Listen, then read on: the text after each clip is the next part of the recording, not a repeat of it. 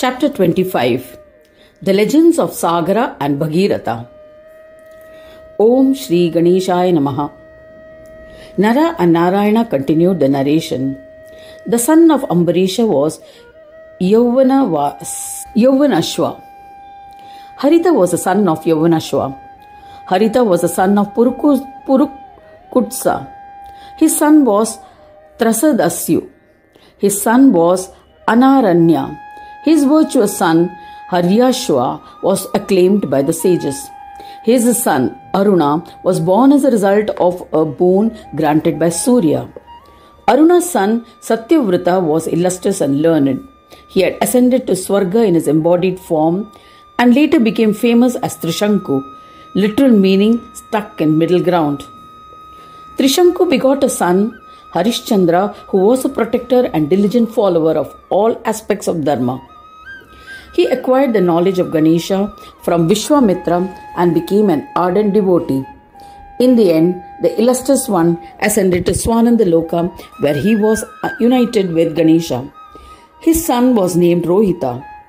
Rohita's son was Haritha. Haritha's son was Champa. His son was Sudeva. His descendants were Vijaya Bharuka. His son was Vrka. His son was Bahu. His son was Sagara. Sagara had two wives named Prabha and Bhanumati.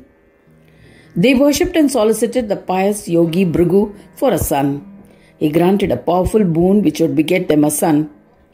Prabha asked for 60,000 sons, O Mahamuni, but Bhanumati asked for just one son to propagate the family lineage. O Muni, by the grace of Bhrigu she was blessed with a son, Asamanjasu, literal meaning unwise. He was a powerful yogi, but he would throw young children in Sharayu river and drown them.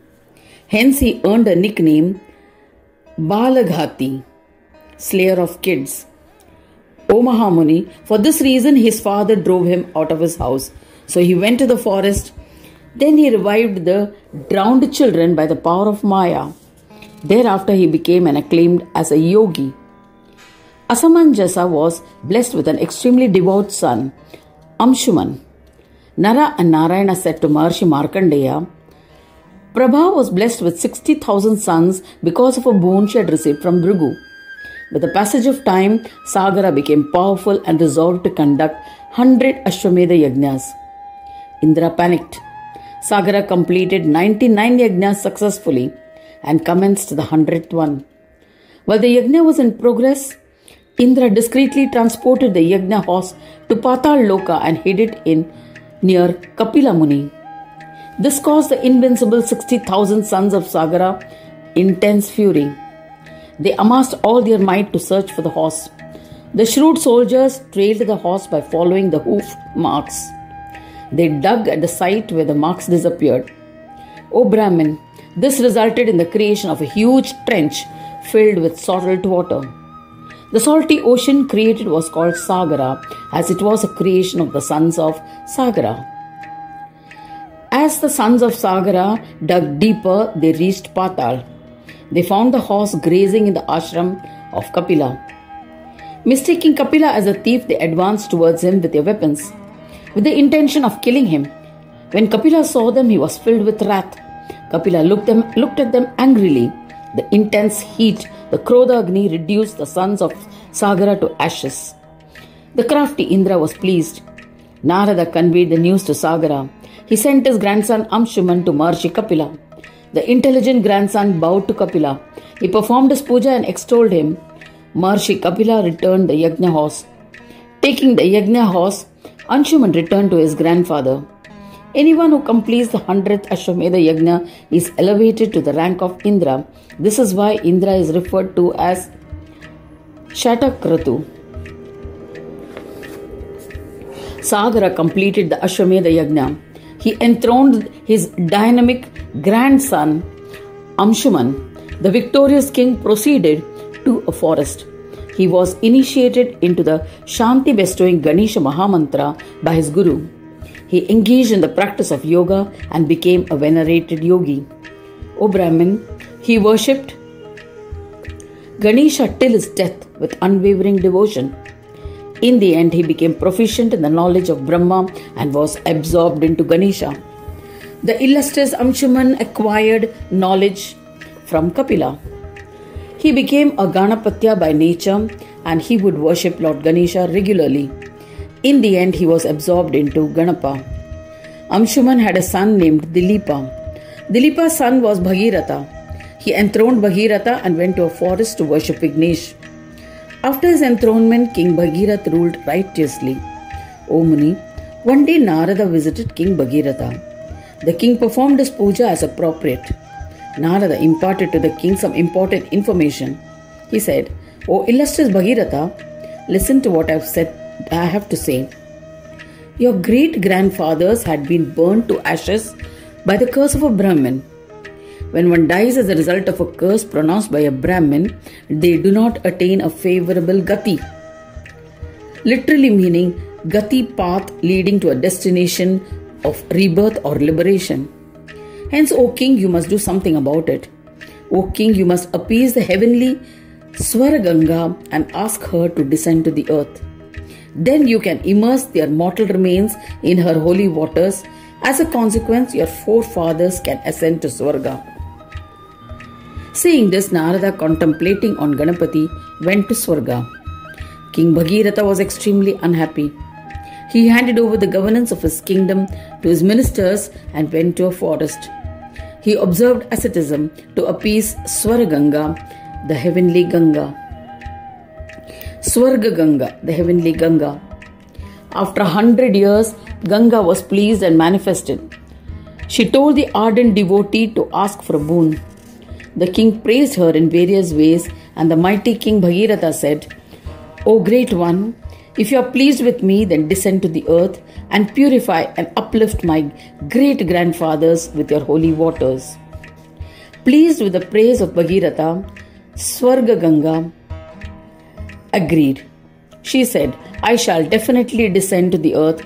Please find someone who is capable of withstanding my currents. Bhagiratha agreed and began worshipping Shankara, knowing that he is the only one capable of handling the incarnation of Swarganga. After a year's penance, Shambhu was pleased and manifested to grant a boon. Bhagiratha implored, If you are pleased, then please bear the mighty heavenly river Swarganga in the deadlocks of your head. Shiva agreed. Bhagiratha immediately contemplated on river Ganga. When she manifested, Bhagiratha said to her, O goddess Ganga, please descend to earth. The compassionate Shankara will bear your force on his head. Swarganga plummeted from Swarga to earth onto the head of Shiva with a powerful torrent of 1,000 streams. She intended to drown Shiva and his head and go to Patal, Rasatala. Shiva, through his powers of internal reflection and Tajnana, recognized her pride. Shankara bound her entirely in his matted deadlocks. She tried to exit the matted dreadlocks of Shiva, but was trapped.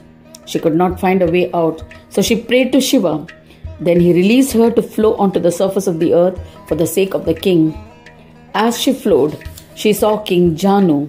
He was performing austere penance. The proud Ganga told the ascetic, Step out of my path, or else I shall drown you.